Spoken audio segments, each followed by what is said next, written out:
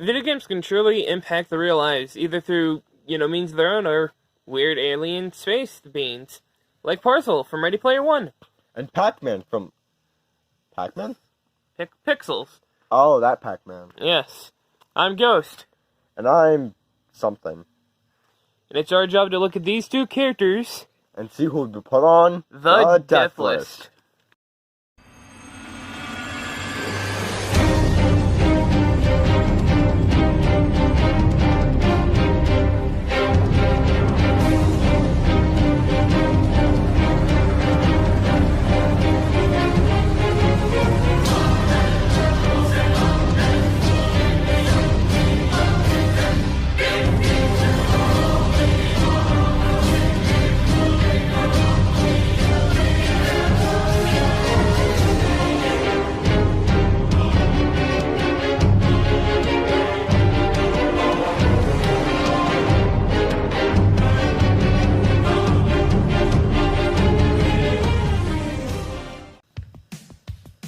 Video games are pretty cool, but what happens when they really start to affect the real world? Battletoads. No. Sword Art Online? No. Oh, I got it! Pixels. Technically, you're right, but that's not who we're talking about right now. See, right now we're talking about Parzivel from Ready Player One. Oh, well, in the year 2045, Wade Watts lived in this universe version of the trailer park, also known as the Stacks. In this, he used a VR headset to go into the Oasis, where...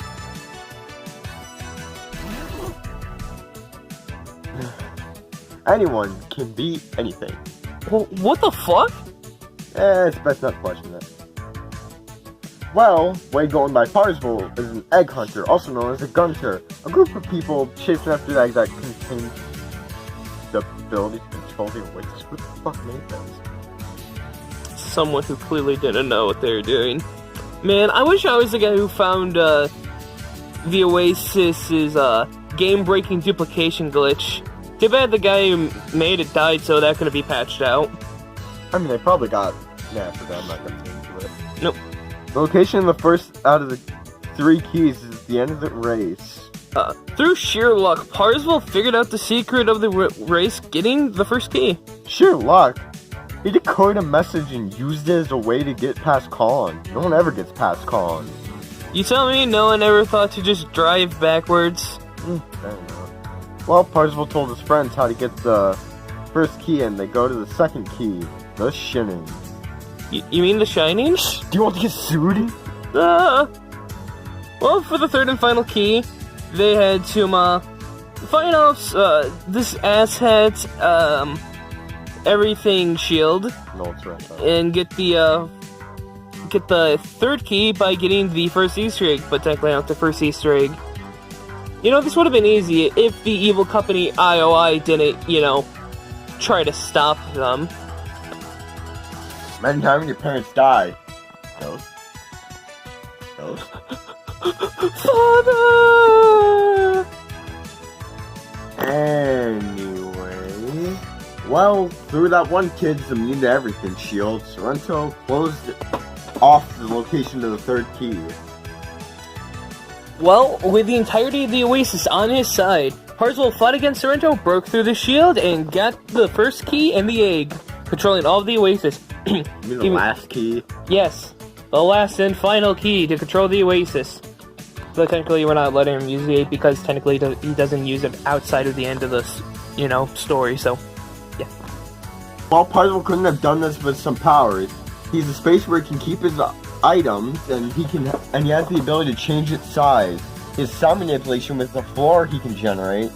He can shoot a fireball from his hands, the Hadouken, and he can resurrect himself. Parzivel is strapped to the teeth with equipment as well. He has the DeLorean, the Holy Hand Grenade, the Zemeckis Cube, Clark Clank glasses, pistols, a grenade launcher, boombox, railgun, Chucky, the killer doll, and he has the free life coin. He also has a drone. Parzivel alone is not strong, but he should be at the wall level physically, and his weapons range from wall to city block. For speed, the DeLorean can reach top speeds of 150 miles per hour, and bullets can move at Mach 2 speed. His durability is also a wall. Parzivel does have some weaknesses, like how he has limited ammunition and gas. He even has an extra life. Even with that extra life, he could still die. And he can only go back a few seconds with a Zemexis cube. I think it's actually roughly 30 seconds until the Zemexis cube works. Yeah, still a little bit. That doesn't stop Parzivel from being the hero of the Oasis. Some people can read War and Peace and come away thinking it's a simple adventure story. Others can read the ingredients on the back of a chewing gum wrapper and unlock the secrets of the universe. Lex Luthor. Cool.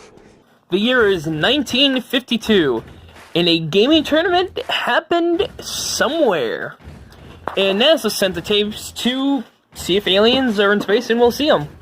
Well, aliens did see the tapes and took it personally as a fucking declaration of war, attacking the Earth several years later. The second boss that the main characters have to fight is... Motherfucking Pac-Man. Because the normal light cannon shit doesn't kill him, they had to get something else.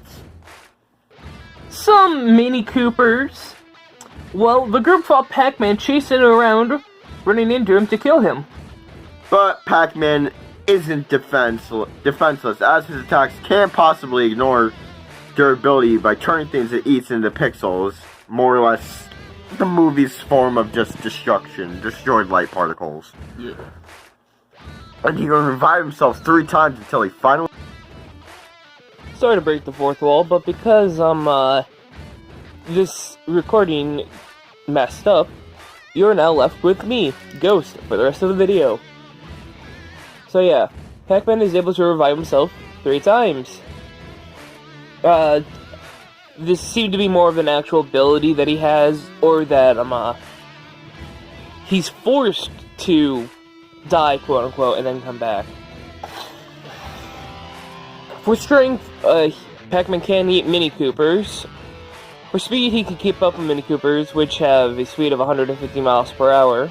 And Pac-Man isn't really a glass cannon, as he may be able to be one-shot by the Mini Coopers, but that's when they have the Ghost power-up. And that's when, you know, he's forced by the game's rules, aka the aliens, to die. Or when they don't have the Ghost power-up. But when, you know, the Mini Coopers turn blue, he's able to just eat them normally. For weaknesses, yeah, if you touch one of the pellets that come when he, you know, is around, you will be able to just one-shot him. And even though the light cannons didn't work on him, he is weak to light. But that's not going to stop Pac-Man from eating everything. I will talk to him. He's my son. No, that's a bad idea.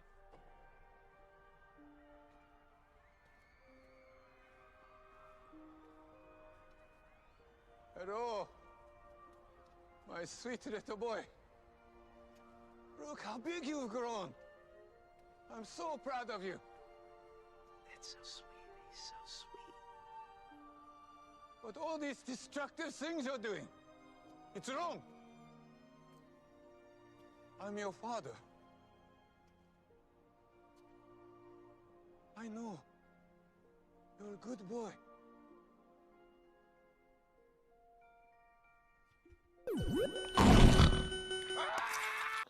And the winner is...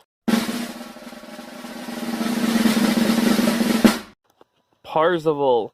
So let's look at why Parzivel won. Well, just starting off looking at powers, Parzivel's got a lot more powers and a lot more useful ones. As Pac-Man's best power is his durability and negation, but Parzivel's got time manipulation, he's just got, you know, he's got better ways and abilities to deal with Pac-Man's whole shit. And he's got the range advantage too, having guns. Something that, well, Pac-Man lacks. Both are at the same speed, because of the DeLorean and the Mini Cooper having the exact same speed. And most of the time, Wade and Pac-Man's strength hit small building, Wade with his actual equipment. So it comes down to, what do they have to really put each other down?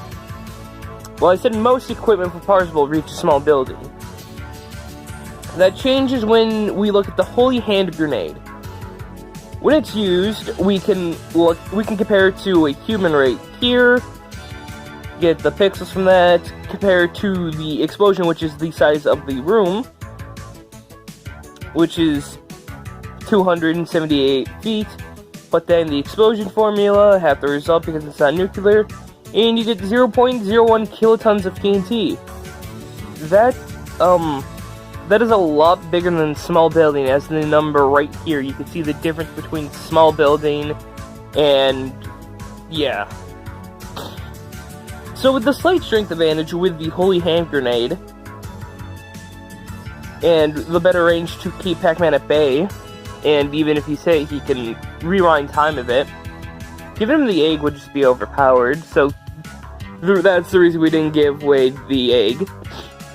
But with all that, the winner is still Wade Watts. Next time on Death List.